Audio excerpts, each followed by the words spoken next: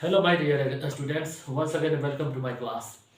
पिछले क्लास में मैंने मॉडल टेस्ट पेपर के बारे में, इंग्लिश का मॉडल टेस्ट पेपर के बारे में क्लास में बताया था और क्लास में आंसर दिया था क्वेश्चन नंबर 1 से लेकर क्वेश्चन नंबर 22 तक।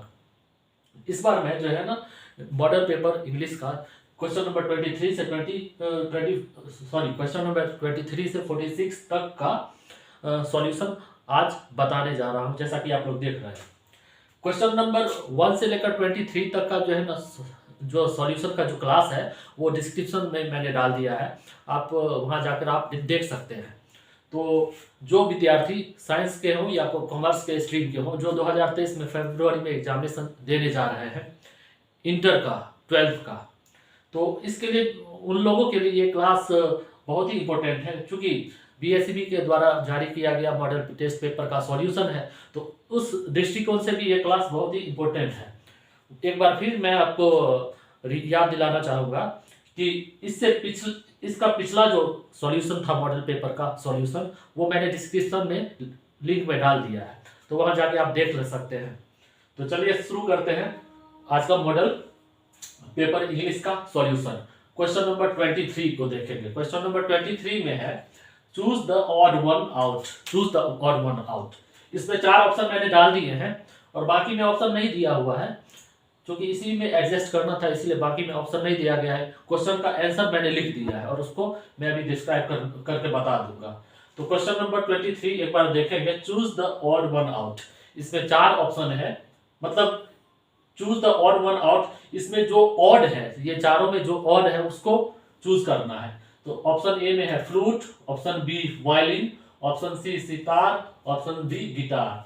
क्योंकि वायलिन, सितार और गिटार ये हाथ से बजाने वाले यंत्र है, तो ये तीनों सेम है। ऑड कौन है? फ्लूट, क्योंकि ये मुंह से बजाने वाला म्यूजिकल इंस्ट्रूमेंट है, इसीलिए ये इसका आंसर होगा option a flute. Question number 24 देखेंगे। Choose the correct word. Choose the correct word. एक सेंटेंस दिया गया है और उस सेंटेंस के लिए करेक्ट वर्ड क्या होना चाहिए 4 ऑप्शन में, वो देखेंगे। तो choose the correct word. Sentence है when it room is tiny. जब कमरा छोटा होता है तो इट इज, तो जब कमरा छोटा होता है तो इट इज स्मॉल। तो इसका ऑप्शन 4 ऑप्शन में ऑप्शन ए होगा, स्मॉल। यानी when a room is tiny it is small. इसका उत्तर होगा, इसका आंसर होगा स्मॉल। टिक कर लेंगे। Question number 25। For dash information go to the office. 4 option में ऑप्शन ए है फर्दर। इंफॉर्मेशन के लिए फर्दर का यूज होता है। फर्दर इंफॉर्मेशन यानी आगे की सूचना, यानी आगे की, फॉर फर्दर इंफॉर्मेशन का अर्थ हुआ कि आगे की सूचना के लिए गो टू द ऑफिस, यानी ऑफिस जाओ आगे की सूचना के लिए। तो इंफॉर्मेशन के लिए के पहले यहाँ फर्दर लगेगा, FURTHER, FURTHER, फर्दर। इसका ए 4 ऑप्शन में ऑप्शन ए इसका उत्तर है, फर्दर। अब क्वेश्चन नंबर 26 पर आ रहे हैं। He wanted to buy dash mangoes. क्योंकि मैंगो काउंटेबल नाउन है, तो काउंटेबल नाउन है, इसीलिए इसके पहले क्या लगेगा? इसके पहले लगेगा सम। 4 ऑप्शन दिए गए थे, उस ऑप्शन में ऑप्शन डी होगा इसका उत्तर, some. He wanted to buy some mangoes. He wanted to buy some mangoes. Mango countable noun है, इसीलिए इसके पहले सम लगेगा। Question number 27। Nishtha try to solve the problem. Nishtha try to solve the problem but she dash not. अब ये sentence देखेंगे। Nishtha try to solve the problem, ये past indefinite में है, सब्जेक्ट के बाद वर्ब का दूसरा रूप है। तो चूंकि ये पास्ट में है, पास्ट इंडेफिनिट में, तो ये भी पास्ट में ही होगा, इसलिए Nishtha try to solve the problem but she could, यहां होगा इसका उत्तर कुड। यानी इसके 4 ऑप्शन में से ऑप्शन बी इसका सही जवाब होगा, could. Nishtha try to solve the problem. Nishtha 28। He will stay here. He will stay here dash Monday. तो 4 ऑप्शन में इसका ऑप्शन होगा A by, BY by. He will stay here by Monday, यानी कि वह यहां सोमवार तक ठहरेगा। तो बाय मंडे, यानी बाय मंडे का अर्थ हो गया सोमवार तक। He will stay here by Monday. अब क्वेश्चन नंबर 29 देखेंगे। Oh no dash I late for the exam. देखिए आई है यहाँ, तो यहाँ एम आएगा। Am I late for the exam. तो इसका क्वेश्चन नंबर 29 का ऑप्शन ए होगा एम। क्वेश्चन नंबर 30 आएंगे। 30 पे I set on my front step, I set on my front step, यानी कि मैं अपने सामने की सीढ़ी पर बैठ गया, मैं अपने सामने वाली सीढ़ी पर बैठ गया। आई लुक्ड अक्रॉस द स्ट्रीट, मैं रास्ते के उस पार देखा। तो इस दो सेंटेंस को कंबाइन करना है with the help of conjunction, यानी कंजंक्शन की मदद से कंबाइन करना है। तो इसके 4 ऑप्शन दिए गए थे। ऑन माई फ्रंट स्टेप, इसका बी होगा उत्तर क्वेश्चन नंबर 30 का। क्वेश्चन नंबर 30 का आंसर होगा B, option B. I set on my front step, I set on my front step.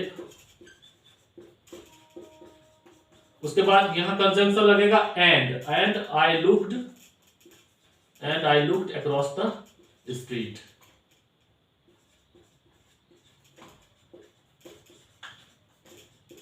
Across the street.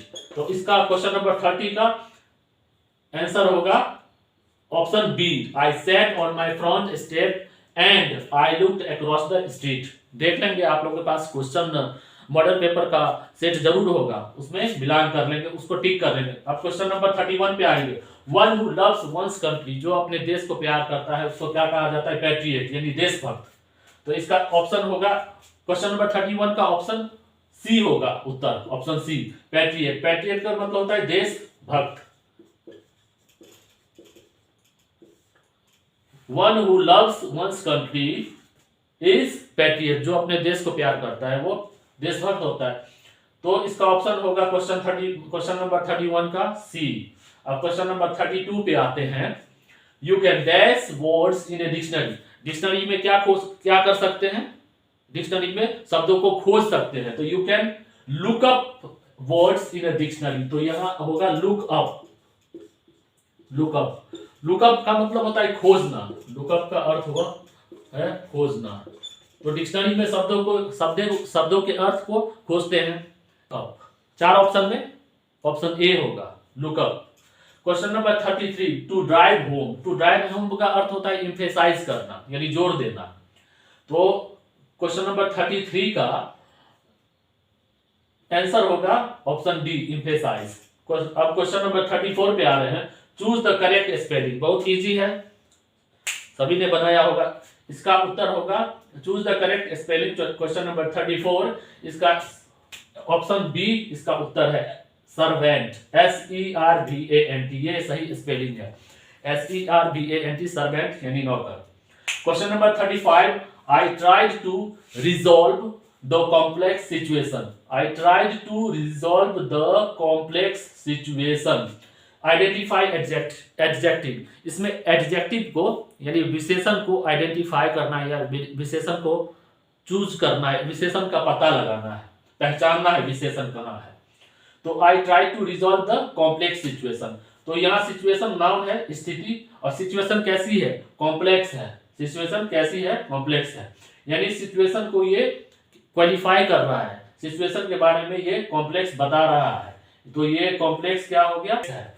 तो क्वेश्चन नंबर 35 का ऑप्शन होगा B, answer होगा option B, complex. Complex का अर्थ होता है जटिल, कॉम्प्लेक्स का अर्थ है जटिल। जटिल क्या है? एडजेक्टिव है। क्वेश्चन नंबर 36 देख रहे हैं। हार्डली हैड ही लेफ्ट, अब जहां भी हार्डली लगा हो तो यहाँ hardly had he left dash his brother came. तो इसका ऑप्शन होगा C, when. Hardly had he left when his brother came, तो व्हेन इसका सही उत्तर होगा। तो क्वेश्चन नंबर 36 का ऑप्शन सी होगा व्हेन। अब क्वेश्चन नंबर 37 पे आते हैं। क्वेश्चन नंबर 37 देखिए। We should dash the plane now, we should dash the plane now. ध्यान में ये रखने वाली बात है कि मोडाल के बाद जो है ना वर्ब का फर्स्ट फॉर्म आता है। वी शुड, यहाँ शुड मोडाल है, इसके बाद वर्ब का पहला फॉर्म आता है, यानी root form of the verb, verb का मेन फॉर्म आता है, फर्स्ट फॉर्म आता है। तो यहाँ 4 ऑप्शन में ऑप्शन बी होगा बोर्ड। बोर्ड मीन्स होता है, बोर्ड का अर्थ होता है सवार होना, चढ़ना। तो we should board the plane now, यानी अब हमें प्लेन पे सवार होना चाहिए, यानी अब हमें प्लेन पे आते हैं। Choose the correct synonym of rectified, choose the correct synonym of rectified. Question number 38, choose the correct synonym of rectified. rectified का अर्थ क्या होता है देख लेंगे। rectified का अर्थ होता है rectified, RECTIFY, rectified मीन्स होता है सुधारना, सही करना, संशोधन करना।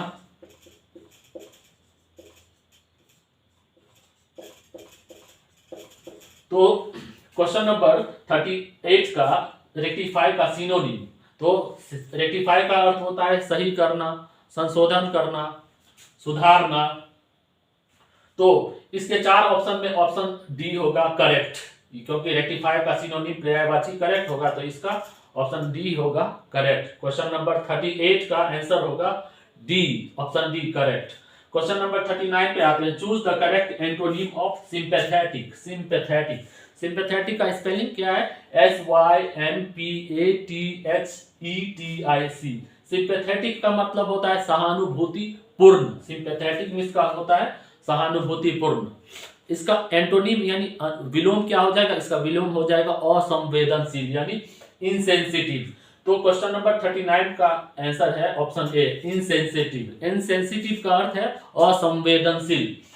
अब क्वेश्चन नंबर 40 पे आएंगे। क्वेश्चन नंबर 40 है your friends dash for you an our. तुम्हारा दोस्त 1 घंटे तक क्या किया? इंतजार किया। तो ये पास्ट में है, तो इसका होगा waited. Your friends waited, your friends waited for you an hour. तो इसका क्वेश्चन नंबर 40 का आंसर है option B waited. Question number 41 I dash working all afternoon and have just finished the assignment. अब देख लेंगे यहां सेंटेंस, ये देखेंगे ये प्रेजेंट परफेक्ट कंटीन्यूअस टेंस में है। प्रेजेंट परफेक्ट कंटीन्यूअस टेंस में ये भी प्रेजेंट पे ही होगा, तो इसका ऑप्शन होगा 41 का ऑप्शन होगा हैव। इसका यहां होगा have been. I have been working all afternoon and have just finished the assignment, वहां होगा I have been. Question number 42 there is a wall dash the garden. 4 option में क्या होगा? ऑप्शन ए होगा around. There is a wall around the garden, यानी garden के चारों ओर दीवार है, तो यहां होगा around. There is a wall around the garden, around ही होगा, इसका ऑप्शन ए होगा। 42 का ऑप्शन ए अराउंड, अराउंड सही है। क्वेश्चन नंबर 43 पे आ रहे हैं। They usually spend their holidays in dash mountains. They usually spend their holidays, वो यूजुअली अपना हॉलीडे स्पेंड करता है कहाँ? माउंटेन में। तो ये माउंटेन के पहले कौन सा आर्टिकल आएगा? द आएगा, द। यहाँ आर्टिकल कौन सा लगेगा? द लगेगा। तो क्वेश्चन नंबर 43 का आंसर है ऑप्शन सी द। अब क्वेश्चन नंबर 44 पे आ रहे हैं। He made a clean breast of it during the last days of his life. तो इसके अर्थ को बताना है ना। Made a clean breast of मतलब होता है कॉन्फेस्ड ऑनेस्टली, इसका ऑप्शन बी होगा कॉन्फेस्ड honestly.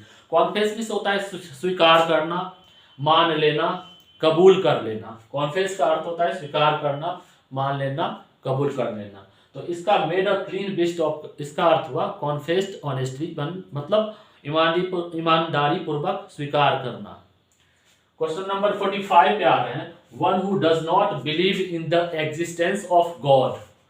Question number 45 one who does not believe in the existence of God, जो भगवान के अस्तित्व में विश्वास नहीं करता है। एग्जिस्टेंस का अर्थ होता है अस्तित्व, तो एग्जिस्टेंस का अर्थ है अस्तित्व। तो जो भगवान के अस्तित्व में विश्वास नहीं करता है वो क्या होता है? वो एथिस्ट होता है, यानी नास्तिक। तो इसका ऑप्शन सी है नास्तिक, एथिस्ट। एथिस्ट का अर्थ होता है नास्तिक, यानी कि question number 45 one who does not believe in the existence of God is atheist, यानी नास्तिक। 46 यहां देख लेंगे यस्टरडे लगा हुआ है, पास्ट एक्सप्रेस इन वर्ड, यानी भूतकाल को बताने वाला शब्द है। Yesterday I dash finish my geography project. तो इसके 4 ऑप्शन में ऑप्शन सी होगा, yesterday I had to finish my geography project, यानी कल मुझे अपने ज्योग्राफी प्रोजेक्ट को फिनिश करना था, खत्म करना था, पूरा करना था। तो इस तरह मैंने 23 से लेकर 23 से लेकर 46 तक मॉडल पेपर के ऑब्जेक्टिव क्वेश्चन को मैंने सॉल्व कर दिया। और बस इतना ही। बहुत बहुत धन्यवाद।